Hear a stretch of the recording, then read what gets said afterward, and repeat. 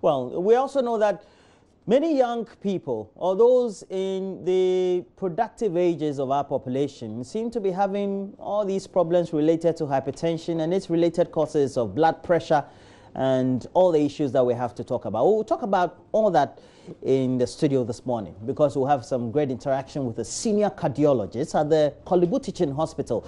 And I know many of you would want to know what the issues are, and also how you can manage BP and its related issues and how you can prevent them if we can.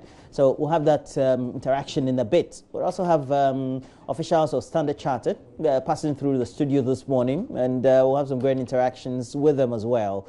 But there's a main discussion, and we're talking about the impasse on the campus of the University of Education, Winneba. And it's all because now it's final. There's an ultimatum given by the University Teachers Association of Ghana.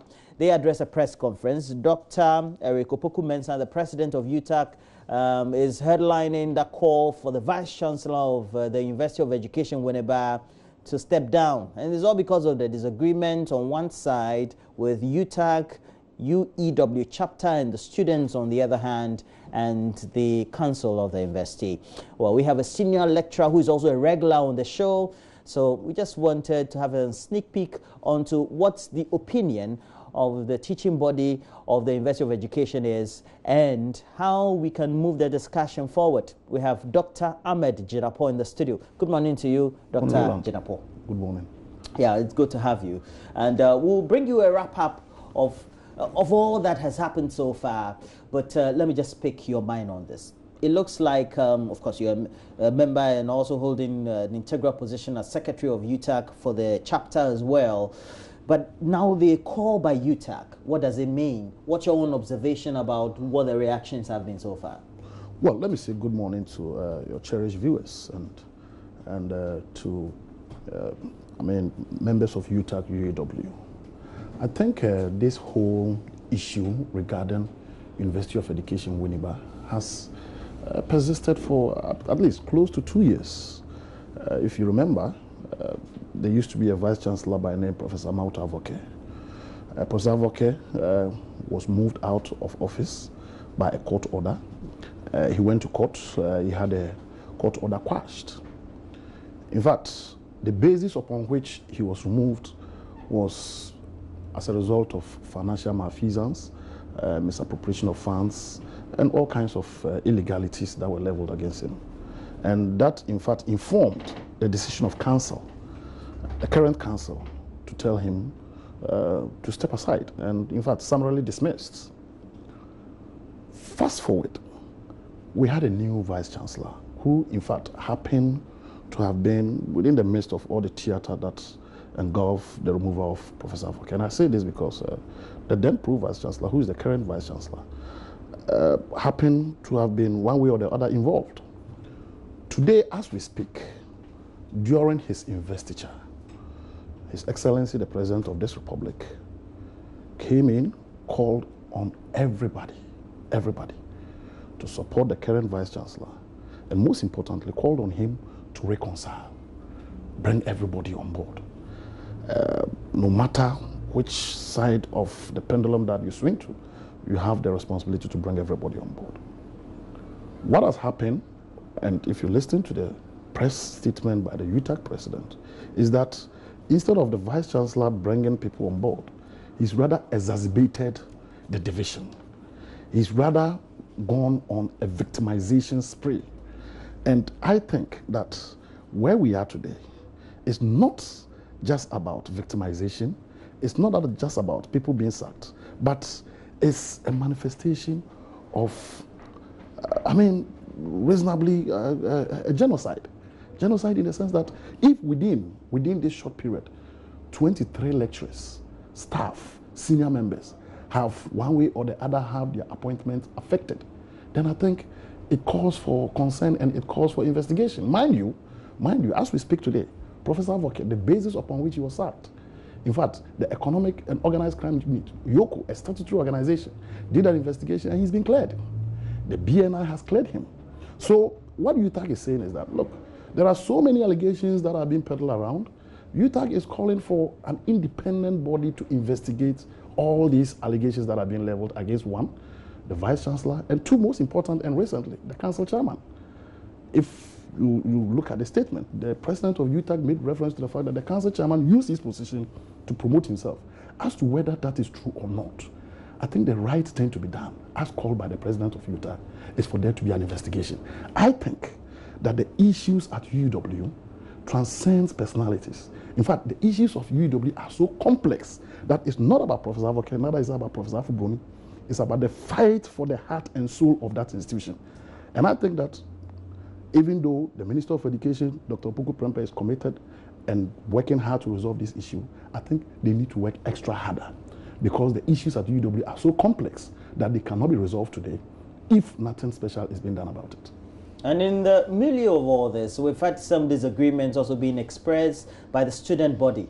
But let's bring you a wrap-up of some of the issues so far and how they've come to a head.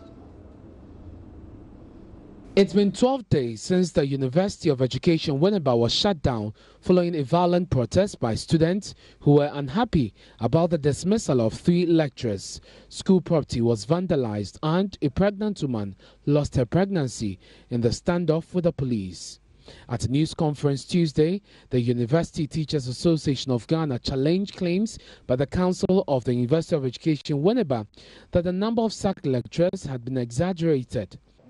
So I provide a list. Dismissed staff, senior members teaching. Some of them are here. Number 1, Professor Mauto Avoke.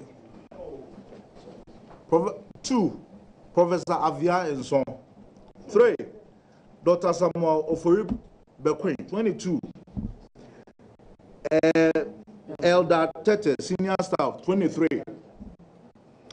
Please note that this list excludes those who have been transferred out of vindictiveness. This is to prove that we have never exaggerated the figures.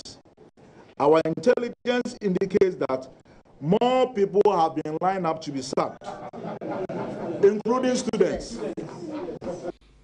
Dr. Eric Opoku made a number of demands on behalf of UTAG, including the resignation of the Vice-Chancellor. We call for the immediate reinstatement of all affected staff and not only UTAG members. This is the second time we are repeating it. 2, the immediate resignation of the Vice-Chancellor, Professor Afful-Broni, for his vindictive attitude and failure to reconcile factions in the crisis he created and benefited from. 3, swift investigation be conducted by SRAJ into the conflict of interest cited against Professor E.N. Abekan. 5, a probe into alleged promotions given to people who did not meet the requirements spelled out in the statute of UEW. We are again calling on the Catholic Bishops' Conference to call Reverend Father Professor Afful-Broni to order, since he has become very treacherous and vindictive. Some of the demands were also directed at the chairman of the Governing Council, Professor Abeka. They want, among other things, an investigation by SRAJ over claims of conflict of interest. We call on the National Council for Tertiary Education, Ministry of Education, IOCO, and the Office of the Special Prosecutor to immediately launch a probe to investigate the several allegations leveled against Professor Afful-Broni. 6, the immediate resignation of Professor E.N. Abeka as chairman of the Governing Council of UEW, since he has failed to provide guidance and proper counsel to the entire Governing Council and the management of UEW. But in all of this, the bigger question remains: when will academic work resume? So it looks like all definitely is not well on the campus of the University of Education Winneba. Now, to have the University Teachers Association of Ghana also come in means that matters have come to a head. Now, Dr. Jenapo, can you take us, do a certain recall, and since you teach on the campus, the genesis of some of these things leading to the investiture?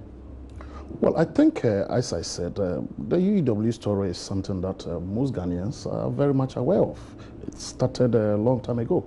But post that, and where I am of, where I is of interest to me most, is the whole idea that, notwithstanding where some of us stood, in fact, I've been a strong and unrepentant supporter of Professor Avoke. I won't hide from it. And I think today my position is vindicated because at least he did no wrong. The Economic and Organized Crime, a statutory body, investigated him and there was no shred of evidence that he committed any crime. But moving forward, His Excellency the President of the Republic came to Winneba at the investiture of the current Vice-Chancellor. In fact, I would say that this administration, the Akufo-Addo administration, has been so charitable to the University of Education, Winneba. For the short period that the president has been in power, I know for a fact that he's been there twice. The vice president has been there. A person of his stature makes the call that brings everybody together. And this call is made. Look at what we have. In fact, Roland, let me indicate that this is not the first time that we've had a vice-chancellor of the university. At least, we had Professor Anna Mwamensa. He was in office for 8 years.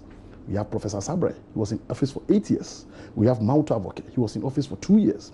So if it is the case that all these individuals are that bad, they've committed heinous offenses, then it is an indictment on the university. Because if the university is able to more or less accommodate people of this stature, people who are professors, Professor Viainso, Professor of Linguistics, Principal of Jumago College, a former minister, regional minister, Dr. Afful-Broni, a member of council, president, national president of UTAG, a former dean, Dr. Frimpong Ketchel Duku, president, former vice president of national UTAG, president of UTAG. So if the university produce all these people, that within this short while, they are being sacked by a messiah, a crusader who has just come to do cleaning, then it tells you that the university has a big problem. So I think that what is going on is something that this country has a moral responsibility to intervene. I think government has a responsibility. I've heard government say, look, we don't want to intervene because you have a council, government doesn't want to intervene when it comes to university issues. We've had instances where, sovereign countries like Rwanda, you're talking of Libya, they were sovereign countries, but when things were going wrong, people had to intervene. What is going on in Winneba? If this country, this government, do not get itself involved, the president of UTAG, the president of National UTAG, Dr. Opoku is saying that there needs to be an investigation. There needs to be an investigation. And Roland, let's look at it this way. Today, the chairman of council is being accused of using his position to influence his promotion. The president of UTAG is calling for what? An investigation. And there have been a lot of reasons that have been put across by the university management to justify it. But you see, I think this whole allegation warrants investigation because there are so many questions that are not answered. So many questions. And let me land on this point. The current chairman, as at the time that the existing law was there, as at the time he had applied in 2013, it will interest you to know that he was the pro-vice-chancellor. In fact, he was the #2 most powerful person in the university. So if he thought at that time that the system as it was something that was not good and did not inure to the benefit and development of what staff has been claimed, he should have used his position to do changes. There is no record that shows that anything of that sort was done or any opposition was being brought up by him. Secondly, what we are being told is that there was a revision of the existing law in 2017. And as a result, anybody who had applied who could not qualify, that person should apply. So if that is the case, by logic and by inference, it meant that the council chairman should have applied post-2017. Because before then, the law was what? For 1 year. Now they've changed the law to 6 months. So if the law is changed to 6 months, what it means is that any application that was put in place should have been what? Post-2017. But unfortunately and interestingly, his promotion was backdated to the time that he applied initially. So is it the case that he put in a new application, or it is the case that the old application was what was just picked and given promotion? Thirdly, even on this issue, there's one Dr. Kumsa. Dr. Kumsa happened to be a dean. He told he's a beneficiary of this whole arrangement. But I can tell you in authority that Dr. Kumsa died a long time ago. He died 6 years ago. So at what point did he resurrect to come and apply? This is why National UTAG is calling for an independent, objective body to investigate. I think that the woes of UEW will be whitewashed if we just sit down and look unconcerned. What is going to happen in UEW if we are not careful? If government does not intervene, if government does not put its foot down, I can tell you for a fact that tomorrow, some of us will not be sitting here because, as the president said during his press statement, he said there are a number of lecturers who have been lined up, including students. So if within the space of 2 years, 23 senior staff members, some of them professors, are sacked, and the system still is maintained, then I can tell you that the students will just be sacked left, right, center. So something needs to be done. That is the call that UTAG is making, and I think that government will have to step in. Now, let's also get some more views on the subject, and all of them are related parties. So we have Al-Hassan Salifubawa, is a law lecturer and director of UEW Business Schools, and a member of UEW UTAG, and of course in support of the Vice-Chancellor. Good morning to you, sir. Yeah, good morning, my brother. Thanks for having me on your show. Yes, just about two weeks ago, I believe, we're told, based on reports, of course, we also authenticated that because our correspondent was there, was widely reported, that there seemed to have been an intervention following the closing down of the school by the Minister of Education, and there were emissaries as 2 members of Parliament, Apenyo Makin, and then also Kennedy Japan, who, according to the report, may have managed somewhat to bring in a truce to the disagreement. What may have brought the current position of UTAG to be contrary to what the reports were then, that some peace or some peace pipe may have been smoked at the point? Yeah, thank you, my brother. Just a correction before we proceed. It was the Regional Security Council chaired by the regional minister, that is the Central Regional Minister, Honorable Kwamina Duncan, who came and closed the school down in his capacity as the chairman of the Regional Security Council. So it wasn't the Minister of Education. And that is why it was only the 2 campuses in the central region, that is Winneba and Ekimaku campuses, that were closed down because he has no jurisdiction over the Mampong and the Kumasi campuses. So it wasn't the Minister of Education. It was Honorable Kwamina Duncan, the Minister for the Central Region. Anyway, with regards to the issues or the question that you posed, the point is, UTAG, when the KNUST issue cropped up, UTAG was in full support of the Vice-Chancellor, and that is Professor Kwasi Obiri Damso, I think so. Yes, UTAG was in full support and vehemently opposed the idea of government or Minister of Education shutting down or asking the Vice-Chancellor to resign. Why is it that in the case of UEW, UTAG has adopted a different posture? Why? Why this double standard or double standard from UTAG? You see, all along, we are of the firm belief, and we have the evidence to prove that the current UTAG position with regards to UEW is not out of any logical or any kind of legal point of view, but it is actually as a result of their going to bed with the Member of Parliament for Ikutu, Alexander Apenyo-Makin. It is as a result of this relationship. And he is the brains behind all what is going on at UEW. I will not mince words. Apenyo-Makin knows that he is the one, and I know that he is the one. And I want Apenyo-Makin on a one-to-one face-off. That's why I didn't come there to face Dinapo, because I want Apenyo-Makin. Dinapo himself that he has no locus to speak for UTAG, UEW. He has no locus because UTAG UEW, we had our representatives duly elected as per the court order. And the president, Dr. Frimpong Kechiro-Doku, is no longer a staff of UEW. So that means that the presidency position is vacant. Then we had Akin Tono, who was the vice president. He is now at Accra College of Education. I have to respond. And so the president and the vice president are gone. And Jinapo is the secretary. Yes, he's the secretary. And you don't just assume power. For example, in the absence of the president of this republic, for example, through illness or through prolonged absence, the vice president will have to be sworn in. For example, in case of, a removal from office, that is impeachment.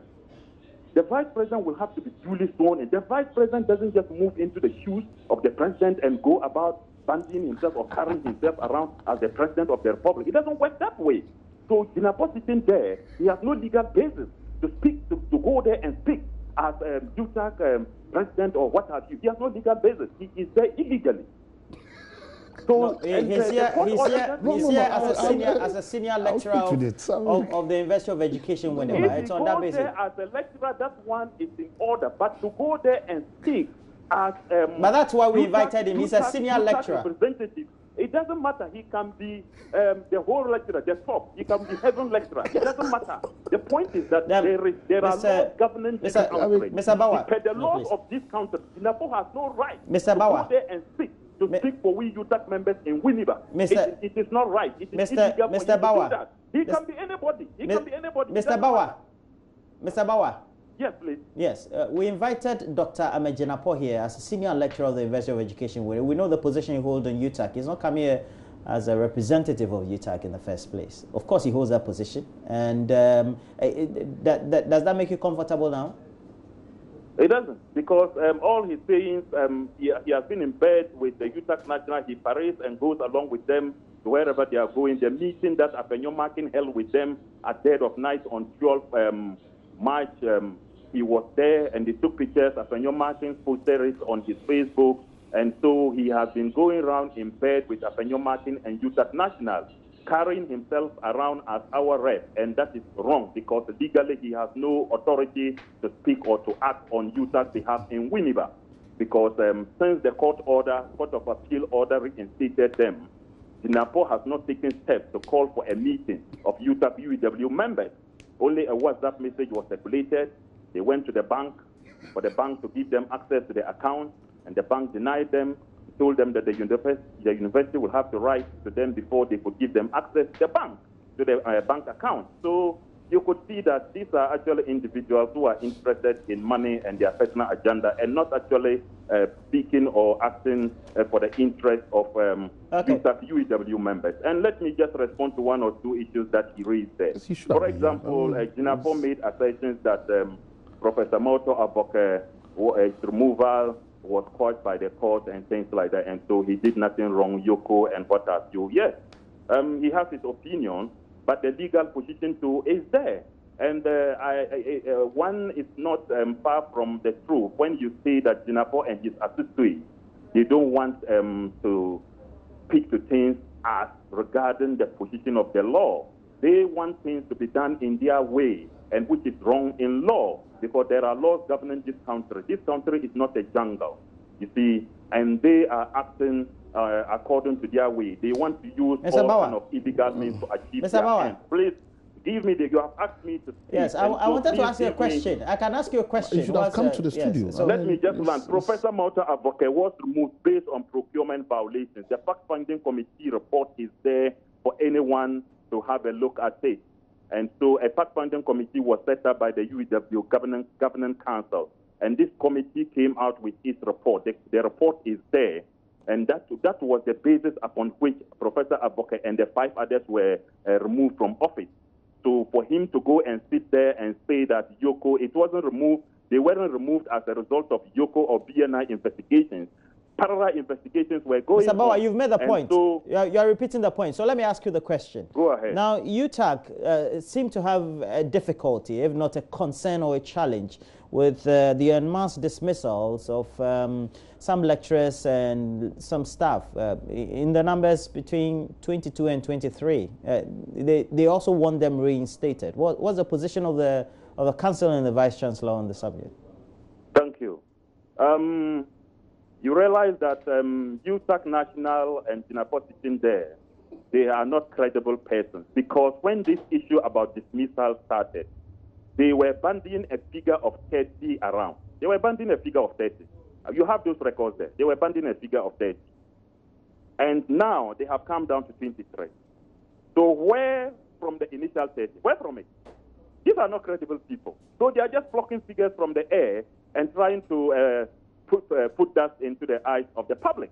Okay, they so what? With 30, it was published in the newspaper that this university, What's the right figure and then? The Vice-Chancellor has no power to dismiss lecturer. He has no power. It is the governing council who is clothed with that power under Act 672. That is the University of Education Winneba Act 2004. Act Mr. Bawa. This Mr. is the Bawa. law that gives the governing council the power. The Vice-Chancellor has no power. Mr. Bawa. Yes, please. I'm saying that UTAG has himself, just a second. Jinapo himself told his Mr. Bawa, the question I asked you has no relation. You have the video clip where during the demonstration, Mr. Bawa, Mr. Bawa. Yes, please. And please, the question I asked you has no relationship with Mr. Jinapo, Dr. Jinapo. So can you leave him out of this? I'm saying that UTAG has a position. The position is that they want the numbers of lecturers who have been dismissed en masse to be reinstated. No lecturer or no lecturers have been dismissed en masse. No lecturers have, 23 haven't been dismissed en masse. What's the number then? And yes, let me learn. The point is that in all established institutions or setups, entities, what have you, dismissals, transfers, and those kind of things, they form part of every kind of organization. You have University of Cape Coast dismissing a lecturer for questioning the pages of a land cruiser some time ago. Just questioning the pages of a land cruiser, a lecturer was dismissed at UCC. UTAG did not see anything wrong with it. That is the current UTAG president, Eric Opoku-Mensah. He's a staff of UCC. He didn't see it to be anything. He saw it to be right. Now, some lecturers at UEW have gone against the rules of this country and UEW, because the laws of UEW are the laws of Ghana, because the Constitution allowed Parliament to make the law that set up UEW Act 672, and that Act 672, when you read it, at some point it tells you that the university has got the power, the governing council has got the power to make statutes to aid it in the administration of this university. So those things, they flow from that bottom line statutes to the level of the Act and then to the 1992 Constitution. And so, per this, you have some lecturers who, for example, use university cars to ferry their wives from Winneba all the way to Bolga, university fuel. Driver came back and claimed night allowance of 2,000 Ghana cedis for 10 nights that the driver was away in Bolga. And then that person is disciplined, and it is called vindictiveness. This is wrong. You have the case of Ketre. Yes, the president called for reconciliation. And so one party does not make reconciliation. Reconciliation works both ways. It's both sides who have to reconcile. Then you have Ketre, the former UTAG, our UTAG local president, who took the university to court for no apparent reason. The university, at that time that he was a party to the suit filed by Professor Advocate Dr. Theophilus Akole Franco, Usu Boateng, and those Mr. Bawa, so all you're saying is that the position of council is that those lecturers will not be reinstated, right? But he took the university to court. Well, we have to end with Mr. Al-Hassan Salifu Bawa, a law lecturer also with UEW, UTAG. But, well, what will be your commentary on this? Because we'll also be inviting into the studio and a discussion Mr. Austin Game. He's a known labor expert, because it looks like we have both sides all aggrieved, and they seem to be at par rather than trying to have some confluence to come together and do some discussion. Good morning to you, Mr. Austin Game. friend. What's your outside observation and your views about? It looks like the rift on one side of the divide, the lecturers on one part and the student body, and then the council and the vice-chancellor on the other part. Clearly, the problem now is complex, and it requires some kind of expert attention. It cannot be handled through symptoms, kind of attendance again.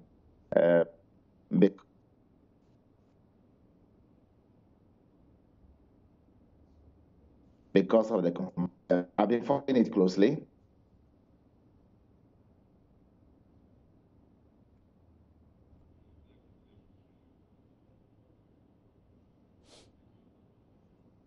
You hear me? Yeah, it looks like we have a freeze on your feed. So we'll call you online. I think we'll make the discussion better for us. So we'll call you using the phone lines, and that will be. So because we're having some freezes on the connection, but very, very quickly. Just conclude for us. I listened to Bawa. Bawa feels threatened by the call for the normalization of the university. I say this because Bawa, he holds a first degree and he's teaching at the university. He's not only teaching at the university, but he's a director of basic schools, a position reserved for professors. Can we move away from the personality? I know that he also tried to do that. Apart from that, but the point is that, look, Roland, just to conclude, UTAG does not have a divided front. We do not. He's a member of UTAG. Oh, yes, but we have about 5,000 members. Do you think all 5,000 members agree to what we are saying? No. We just want there to be peace.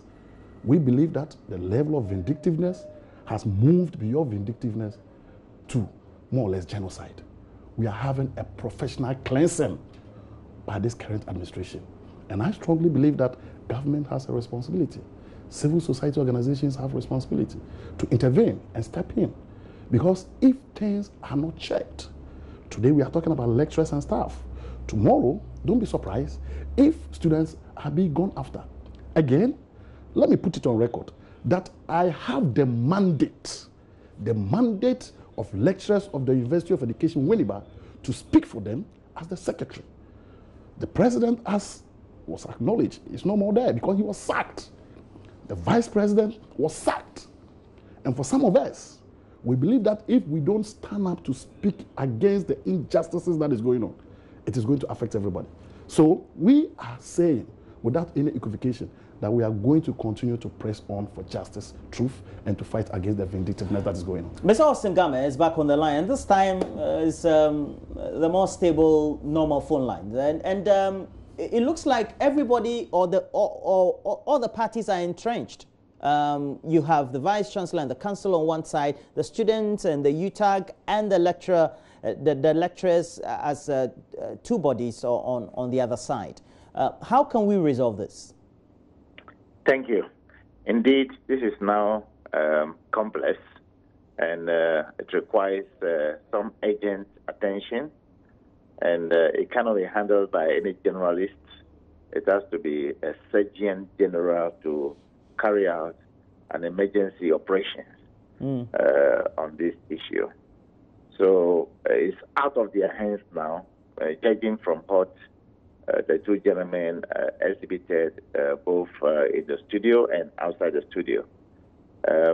So yes, the matter will have to be handled by an expert, and I think that it's just not going to be a question of investigation per se, even though it's needful as part of it. Some kind of, med-up.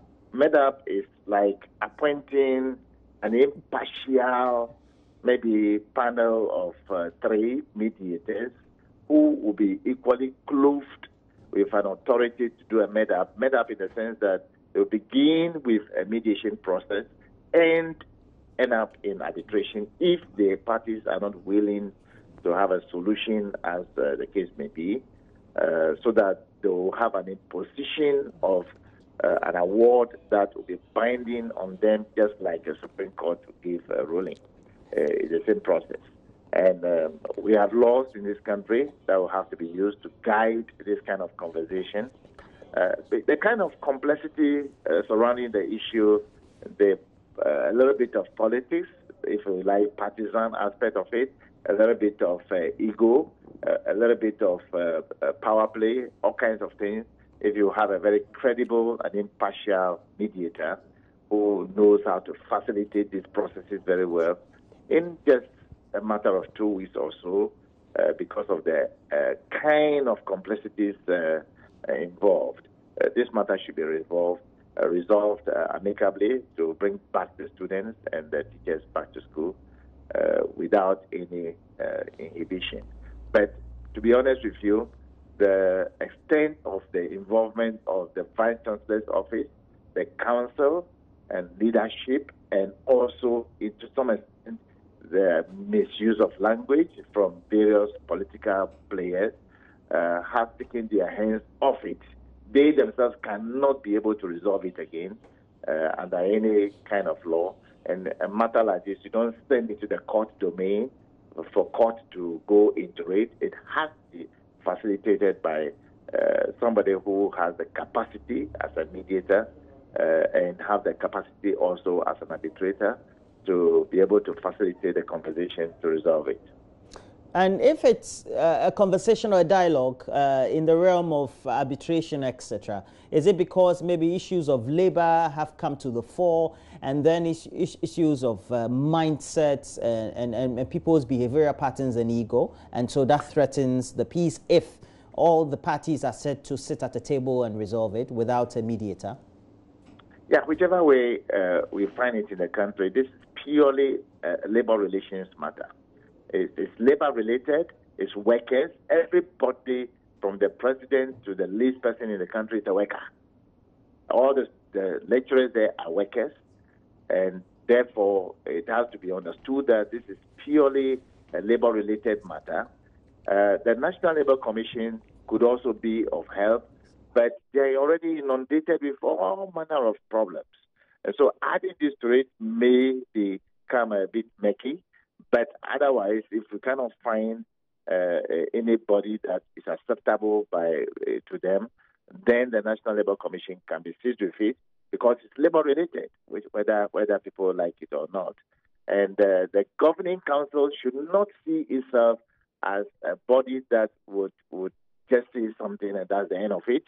The UTAG cannot say something and that's the end of it. Everybody involved there has a point. It may be genuine, it may not be right, whichever way it is. If you have a facilitator who knows how to manage these complex problems very well, it can filter it through and help them reunite and go back to school, or otherwise those who will be punished, and it will be done properly and accepted by all the parties. Thank you very much. Mr. Austin Game is with Game and Game Associate, and they are deeply involved in labor relations consultancy, and he has been giving his view on how this could be mediated and made up, he said it. And we also have on the line, Alex Afful-Broni is a member of Parliament for Efutu. His name was mentioned by Mr. Bauer and just before, and I want to bring him online as well. Good morning to you, Mr. Afful-Broni. Mr. Afful-Broni, good morning. Good morning, Roland. Yes, please. And thanks for having me. Yes. The concerns that have been raised by the Vice-Chancellor and the parties that are in favor of the council within this whole impasse on the campus of the University of Education, Winneba, seem to continuously point fingers at your influence in perhaps the position of UTAG and the UEW UTAG chapter as well. First of all, let me correct this once again. I did that a week ago on your platform. You appear not to have corrected it. I never issued a counter instruction or order upon the closure of the university by the Minister for Central Region. So I want you to correct that. I never did. Well noted, sir. Very well. Now, let's deal with the issues. There are only two issues here, and don't let us confuse it. Issue one, the gang of 6 who was dismissed. And when I say the gang of 6, I'm referring to the former Vice-Chancellor and 5 others. Issue 2, all other staff who were dismissed. As far as I know, on the 13th of March, the Minister of Education called the management and the Governing Council into a meeting. I was invited. Honorable Kennedy Japan as well was invited. So we joined them. The minister, upon listening to the matters in issue, advised that, 1, on the issue of gang of 6, since, and hear this one clearly, since the Vice-Chancellor has compromised the justification upon which his predecessor and others were dismissed, it would only be fair for those people to be compensated. 2, all others who have been dismissed in one way or the other, to ensure reconciliation in accord with what Mr. President directed during the investiture, there should be immediate steps for those reinstatements to be done. Now, how is the reinstatement to be done? At the time, students were protesting against the dismissal of some lecturers. So the Minister of Education charged 2 of us, Honorable Ken and my good self, with some 2 other people. Yeah, so in other words, we are 4. That we should go to UEW. Honorable Ken, at least he's popular with among students. He should be able to calm them, and then we should speak to UTAG. So we went there the same day in the morning after the meeting, and Mr. Kennedy Japan spoke to the students, communicated the advice given to the governing council to them, and they appeared to be okay. He again met with UTAG executives at a place we call SEMSA and communicated same to them. I was there. Now, the roadmap was that UTAG should write a petition to council and the minister be copied. UTAG has complied with that. What I expect is for the governing council to take immediate steps to resolve that matter. Now, I have also cited a letter written by the governing council chair to a lawyer reiterating the advice given to it by the minister for reconciliation. And in fact, this was in respect of Dr. Afful-Broni's case, which was coming on the 22nd of March. And the governing council chair wrote to the lawyer handling the case that it should communicate that to the court, that they are pursuing reconciliation and that the matter be adjourned for a month. What I want to do, I want to say is that Mr. Vice-Chancellor, the man I so much respect and is digging his own grave, unfortunately, Professor Afful-Broni, should immediately stop Alassane Bawa from talking on radio and on TV and writing articles. Because you see, the problem of Professor Afful-Broni at this moment is Alassane Bawa insulting people and making allegations and attacking. Because he, Alassane Bawa, was not part of the meeting held at the minister's office. The minister gave some directives. Now this morning, if I heard him correctly, what he is trying to do is to provide a justification for the dismissal of these people. But you see, let's take emotions out. Let's take away the issue of you support this person and that person. Let's deal with issues. When we deal with issues, matters will not appear complicated.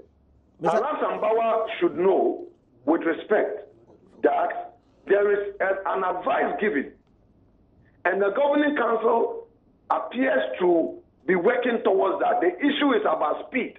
Now, if he comes to create another impression What he's trying to say is that the governing council, after all, did not respect the meeting it attended and the result of that meeting. And that impression, unfortunately, is muddying the waters. Mr. Apenyo-Makin. Mr. Apenyo-Makin. Mr. Apenyo-Makin. I am a politician. I can take his insult. I know that at the right time, I can deal with it and deal with it properly. For now, Mr. Apenyo-Makin. Yes. There's a matter that has been raised widely, not only by UTAG, UEW, but what also matter has been raised widely? national UTAG. It's about the call for Professor Ian Abacha's resignation as chairman of the governing council of the university for failing to provide guidance and proper counsel to the entire governing council. Do you know what? First know. of all, there is a directive. You know, in negotiation, UTAG is a union. You know, you have all your cards, you put them on the table. But the bottom line is reconciliation. You recall that I called for the resignation of Afful-Broni. Why?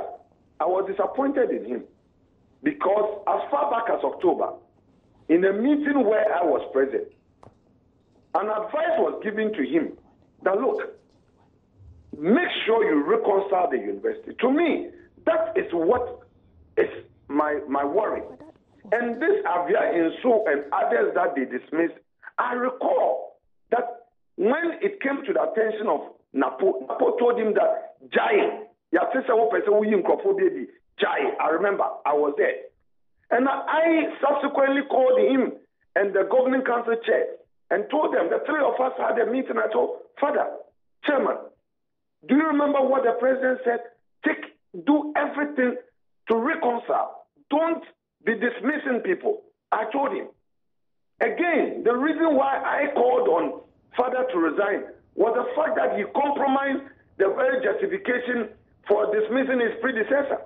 And to me, I want to be consistent and maintain that position because if you bring documents together with other professors that somebody's administration was bad and that issues of embezzlement and mismanagement was going on, and as a result, certain actions are taken against them by council, and they are sitting at home.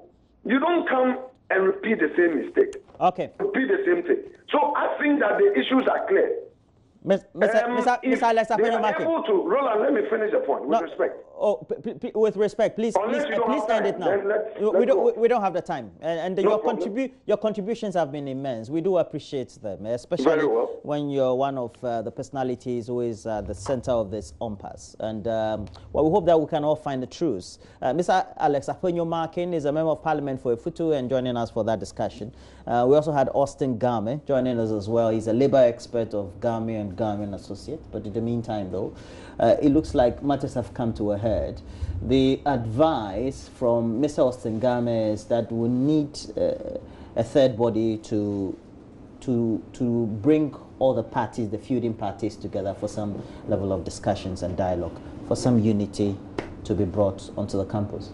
I think I totally agree with Mr. Game, and I would even call for an app of that kind of committee. I think there needs to be some form of a commission of inquiry, headed by a retired High Court judge, supported by probably former Vice-Chancellor and the former registrar. Because, Roland, the issues that the university is engulfed in are so complex that unless you live in that university, you will not understand and appreciate what is going on.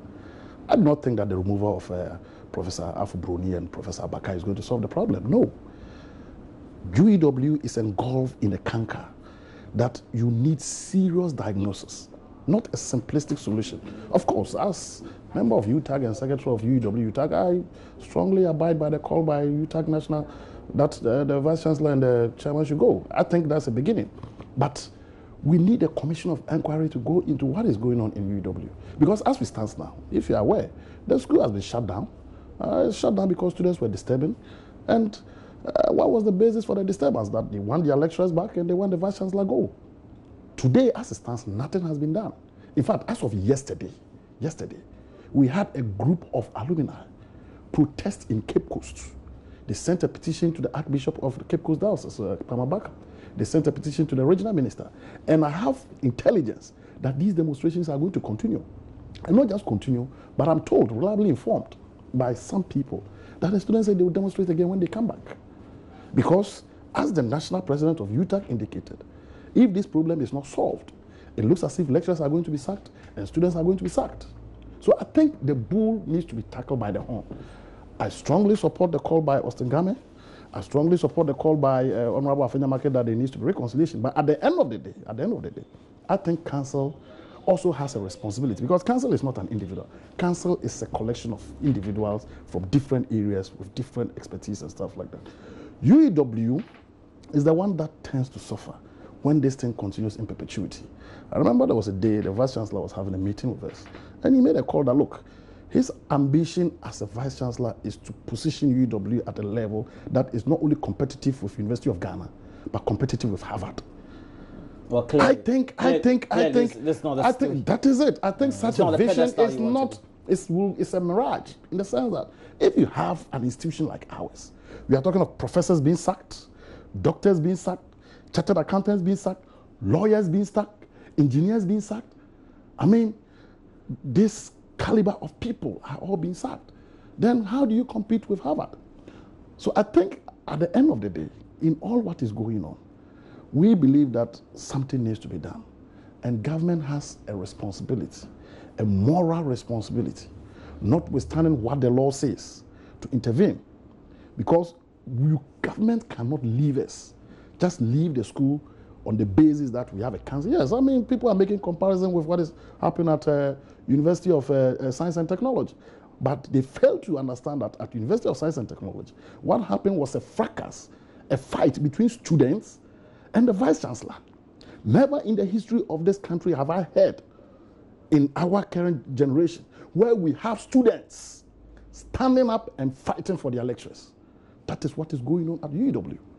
At UEW, there was a culture of silence. There was a culture of cowardice.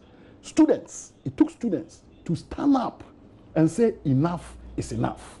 So when you compare the stance of UTAG relative to what is happening at UEW vis-a-vis what happened at Tech, you are comparing oranges with apples.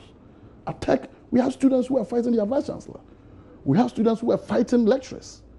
At UEW, we have students who are standing up to fight for their lecturers. In fact, as it stands now, we have UTAG and U students on one hand against the Vice-Chancellor. That has never happened. So I think the powers that be have a responsibility to come in. In fact, all the records show that at the end of the day, most of the removal of these lecturers were based on flimsy excuses. Some people, we are told, were removed because they don't have postgraduate diploma in teaching and learning.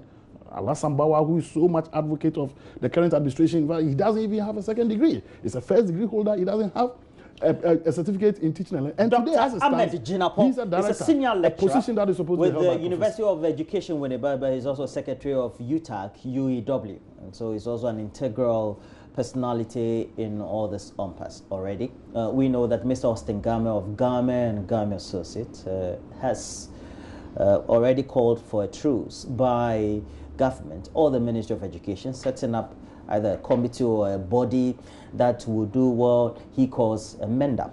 And ultimately all the feuding factions, the lecturers and students on one hand, and then also we have the Vice-Chancellor and the Council on the other hand, to ensure that there's some peace returning on the campus of the University of Education.